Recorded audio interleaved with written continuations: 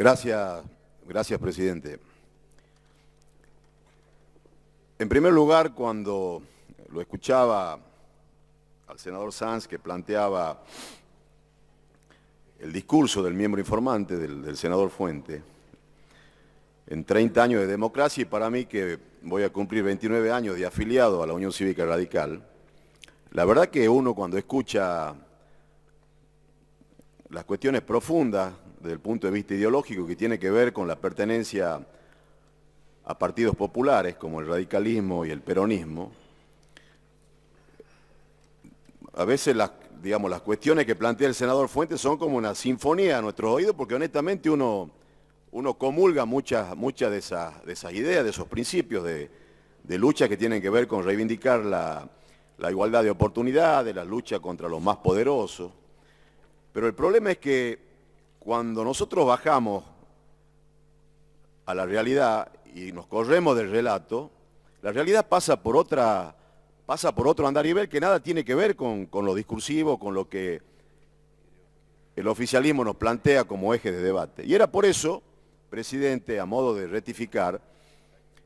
que con todo respeto, le hacía una pregunta al senador por Santa Cruz. No es Romina Mercado, efectivamente, la fiscal del Calafate es Natalia Mercado, y casualmente no se excusó en causas que tienen que ver con quienes gobernaban Santa Cruz en un hecho escandaloso de compra a precio vil de terrenos fiscales. No es Romina Mercado, es Natalia Mercado. Las medias verdades son las peores de las mentiras. A lo mejor en este contexto del relato hay senadores que, a pesar de vivir en Santa Cruz, idealizan el modelo y no son conscientes de lo que efectivamente implica en la provincia de Santa Cruz el Poder Judicial, que el kirchnerismo colonizó. Eso, digamos, a modo de aclaración. A nosotros nos parece, y realmente es escandaloso que no se haya excusado de esa causa. A nosotros nos interesa, presidente, en el mismo eje de lo que acá se ha planteado, analizar cuál es el contexto en que estamos debatiendo y discutiendo estas normas, que tienen que ver con lo que se denominó, lo que el oficialismo denominó, la democratización de la justicia. Y lo hacemos en un contexto de hechos de corrupción, o de supuestos hechos de corrupción que han tomado Estado público, que si bien es cierto han sido puestos en escena por una investigación periodística, también han sido ratificados por personas por dirigentes que son de la entraña del poder, la secretaria privada del expresidente, el ex gobernador de Santa Cruz, el ex vicegobernador de Santa Cruz, es decir, no son los referentes de la oposición quienes están poniendo en la escena pública cuestiones que realmente a todos nos preocupan. Y en ese contexto el mensaje, y también es lamentable que sea la prensa la que, cumpliendo un rol, ponga ante la opinión pública hechos que tienen que ver con hechos de corrupción. Porque el Estado, es decir, el kirchnerismo que propicia más presencia del Estado, y en lo ideológico el radicalismo coincide en esa lógica, pero en este caso más Estado, que tiene que ver con un Estado cómplice. ¿Por qué digo esto? Porque la Sindicatura General de la Nación, la Oficina Anticorrupción, la Auditoría General de la Nación, la Fiscalía de Investigaciones Administrativas, la Unidad de Información Financiera. Fíjese, presidente, yo decía en la sesión pasada que en realidad el mejor homenaje como punto de inflexión a 30 años de democracia tiene que ver con democratizar las prácticas políticas. Democratizar las prácticas políticas es un desafío que tiene toda la dirigencia. Y acá vamos a contramano del discurso con los hechos concretos de la realidad. Fíjese usted, la Unidad de Información Financiera, José Batella. En estos días nosotros hemos hecho una presentación en la justicia porque claramente creemos que no cumplió con el artículo 13 y el artículo 19 de la ley que lo obliga a informar al Ministerio Público los reportes de operaciones sospechosas que son informados por los bancos. Contrariamente a reprimir a este funcionario, se lo asciende. Es decir, se lo asciende a secretario de Estado. El Ministerio Público, la Oficina de Coordinación y Seguimiento en materia de delito contra la administración pública, la Unidad Fiscal de Investigaciones de Delitos Tributarios, unidades fiscales especiales, la UIF Lavado, la Unidad Fiscal de Investigaciones de Delitos, la Unidad Fiscal de la AMIA. Es decir, un sinnúmero de estamentos del Estado que tienen una función específica, casi hasta de modo preventivo, para evitar que hechos que están tomando Estado público finalmente sean puestos ante la opinión pública por la prensa. Entonces, en ese contexto, presidente, en un contexto donde para toda la dirigencia política, sin exclusión alguna, es un cachetazo la dirigencia política que en pleno siglo XXI, no en el interior profundo, no a la orilla de un río, muera gente producto de las inundaciones, en los centros urbanos. De eso nos tenemos que hacer cargo todo, producto de más Estado, pero en este caso ya no un Estado cómplice, sino un Estado ausente. Y en ese contexto donde hay causas que tienen que ver con hechos de corrupción que involucran al gobierno, aquí tengo un sinnúmero de causas, se plantea la democratización de la justicia. Honestamente creo que cuando efectivamente hay voluntad política de aprender de los errores, ya lo único que falta es que responsabilicemos al gobierno de la Rúa del enriquecimiento ilícito de un ex empleado bancario que es Lázaro Báez, que hoy tiene una fortuna que es muy difícil de explicar. En todo caso, de lo que se trata es que cada partido se haga cargo de la responsabilidad que tenemos en estos 30 años de democracia y que no reeditemos los errores del pasado. Creo que efectivamente si se quiere plantear como un desafío para las futuras generaciones garantizar la administración de justicia, garantizar el acceso a la justicia, plantear un poder judicial más eficiente, me parece que lo primero que hay que propiciar es no invitar a la oposición y a los sectores políticos a que vayan a enterarse, que vayan a aplaudir un paquete de leyes que nada tienen que ver con democratizar la justicia. Porque si uno democratiza las prácticas políticas, tiene que ver con convocar a los actores de la sociedad para que ante la opinión pública en el ámbito natural que corresponde, que es el Congreso de la Nación, discutamos efectivamente cuáles son las normas que van a mejorar la administración de justicia.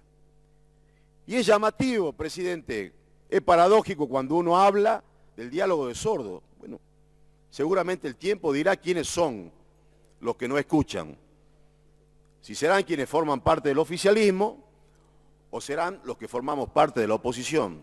No es un buen dato, presidente, no es un buen dato que el Congreso de la Nación tenga que sesionar rodeado de vallas. Un gobierno tan popular, con tanto predicamento en la sociedad argentina, me parece que no se condice con lo que está pasando últimamente en el país. Y en ese contexto escuchábamos ayer en una audiencia pública que hubiese sido muy bueno, saludable, que los miembros del oficialismo participen de ese debate donde había camaristas, donde habían integrantes del Poder Judicial, que nosotros reivindicamos que no tienen que ver con ninguna pertenencia partidaria y que claramente se manifestaron en contra de estos mal denominados proyectos para democratizar la justicia, ejerciendo no su rol como integrante del Poder Judicial, sino su rol de ciudadanos en un país gobernado por quienes muchas veces no toleran a quienes piensan distinto. Y donde estamos discutiendo, en definitiva, lo medular de todos estos proyectos tiene que ver con la mayoría del Consejo de la Magistratura, que le da facultades a quien tiene la mayoría y prácticamente deja relegada a la minoría no tener absolutamente ningún protagonismo, a poder suspender a integrantes del Poder Judicial y habilitar el jury de enjuiciamiento. En ese contexto vinieron integrantes del Poder Judicial de la Nación a manifestarse en contra de los proyectos que acá estamos tratando. Entonces, qué bueno hubiese sido, cuando se habla de democratizar la justicia, qué interesante hubiese sido que el Poder Ejecutivo convoque a un debate amplio y verdaderamente democrático para que entre todos podamos construir políticas públicas, políticas de Estado que mejoren la administración de justicia. Nada de eso ocurrió, presidente. Absolutamente nada de eso ocurrió. Y también es paradójico porque cuando nosotros decimos que se improvisa, cuando decíamos que creíamos, honestamente creíamos que a partir de estos hechos que nos tienen como responsable a toda la dirigencia política, que ocurrieron en La Plata, en la provincia de Buenos Aires y que ocurrieron en la capital federal, creíamos que la Presidenta podía aprovechar estos aires de bendiciones que recibió del Papa Francisco y que no iba a convocar a los integrantes de los distintos bloques parlamentarios, a los gobernadores de todas las provincias de la Argentina, para incorporar proyectos que están debidamente acreditados, estudiados, que tienen que ver con evitar que hechos a lo que he hecho referencia finalmente vuelvan a ocurrir, e incorporemos todas esas obras que hacen falta en las provincias de la Argentina, en el presupuesto del año que viene, y sean las políticas de Estado como homenaje a la democracia y que independientemente del resultado electoral de octubre, finalmente estas obras se concreten. No, contrariamente a lo que nosotros pensábamos, se incorporan a este paquete de leyes, de los cuales 4 o 5 proyectos son maquillaje, y lo medular es lo que acá se dijo. Es curioso, es paradójico que un partido de gobierno que sufrió las proscripciones, claramente proscriba la participación modificando la ley electoral, sin consensuar absolutamente con nadie, que eche por tierra el rol de las minorías en la democracia, que tiene que ver con esos 2/3 que se necesitan en el Consejo de la Magistratura, y que efectivamente, como bien se dijo acá, y a contramarcha de lo que algunos sectores políticos plantearon, de que hay connivencia entre la Unión Cívica Radical y el oficialismo, si eso efectivamente ocurriera, no estaríamos hoy discutiendo la modificación en el Consejo de la Magistratura. El oficialismo, señor presidente, no quiere democratizar la justicia. De lo que se trata es de democratizar las prácticas políticas. El oficialismo necesita efectivamente colonizar el Poder Judicial de la Nación, como han colonizado los poderes judiciales de las provincias a las cuales gobiernan los representantes del Frente para la Victoria. Porque hace falta que la justicia garantice que los jubilados no cobren el 82% móvil, porque hace falta que funcionarios de este gobierno como Jaime gocen de impunidad, o como tantos otros funcionarios que tienen causas pendientes con la justicia, porque hace falta, señor presidente, en definitiva, que lo que plantearon o lo que planteó una vocera del oficialismo, que quien gana tiene el derecho de manejar los 3 poderes del Estado, hace falta colonizar el Poder Judicial. Nosotros creemos que las condiciones para que efectivamente tengamos un Poder Judicial independiente están dadas, presidente, y están dadas en el marco de la Constitución Nacional y de las leyes. De lo que se trata entonces es que si somos capaces de asumir el compromiso,